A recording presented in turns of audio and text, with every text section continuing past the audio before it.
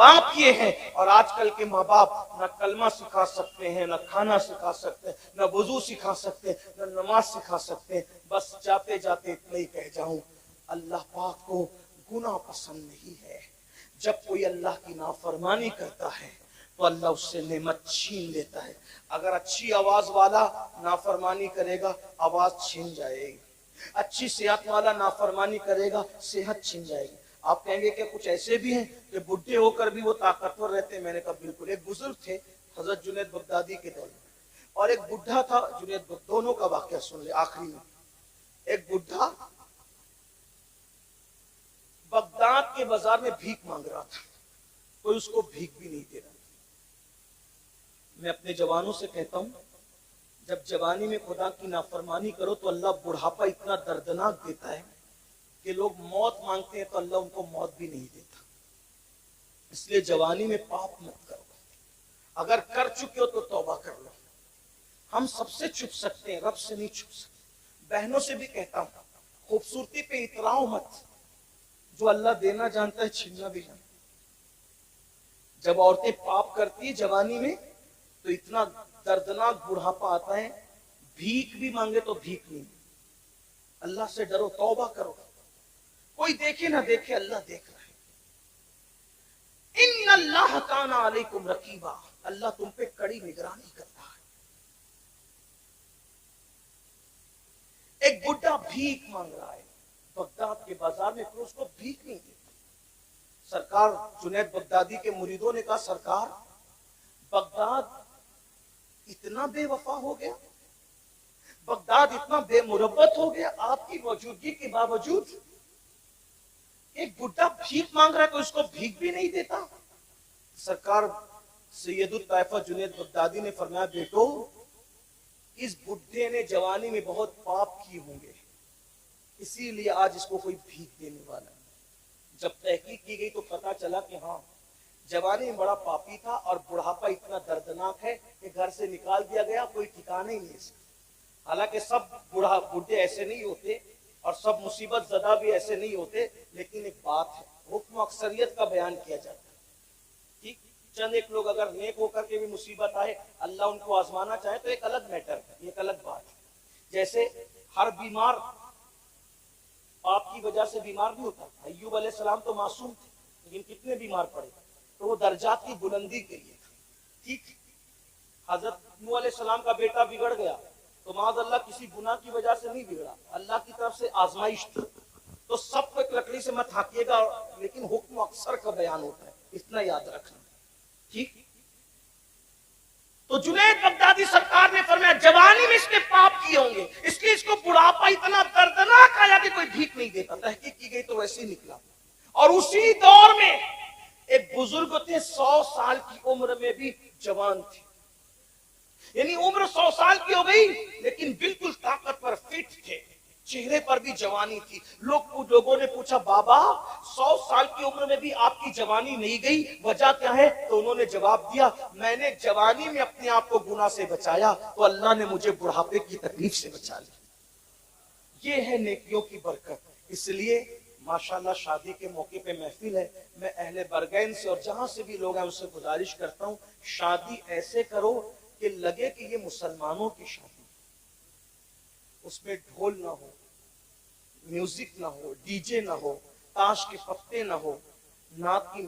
اب لوگ یہ بھی کرتے ہیں ایک دن جلسہ کرائیں گے، یہ بھی فیشن ہو گیا، ایک دن نعتیہ محفل کرائیں گے، یہ بھی، پھر ڈی جے بھی بجائیں گے بعد میں لوگ ہم لوگوں کو فون کر کے کہتے ہیں آپ تو وہاں شادی میں آئے تھے وہ ڈی جے بجا رہا تھا، ہمیں تھوڑی پتا کہ اس کا پلان ڈی جے کا تھا۔ لوگ ایسا کرتے ہیں، لیکن میری گزارش یہ ہے کہ آپ جب اللہ رسول کا ذکر کرتے ہو ڈی جے مت بجاؤ، ناچ گانا مت کرو، پرسنل لائف کے اندر دین لاؤ۔ دیکھو دین کی بہت برکت ہے، اللہ پاک سے دعا ہے اللہ آپ کو بھی دین پہ قائم رکھے، ہمیں بھی دین پہ قائم رکھے، شریعت پہ قائم رکھے، ورنہ یاد رکھنا ان بطش ربک لشدید، تیرے رب کی پکڑ بڑی سخت ہے۔ جب اللہ پکڑ کرتا ہے پھر دنیا کی کوئی طاقت نہیں بچا سکتی۔ اللہ پاک سب سے پہلے مجھے آپ سب کو عمل کی توفیق بخشے۔ دوران گفتگو اگر کوئی غلطی ہو تو اللہ تعالیٰ معاف فرمائے۔ استغفر اللہ ربی من کل ذنب واتوب الیہ۔ اتنی گرمی میں بھی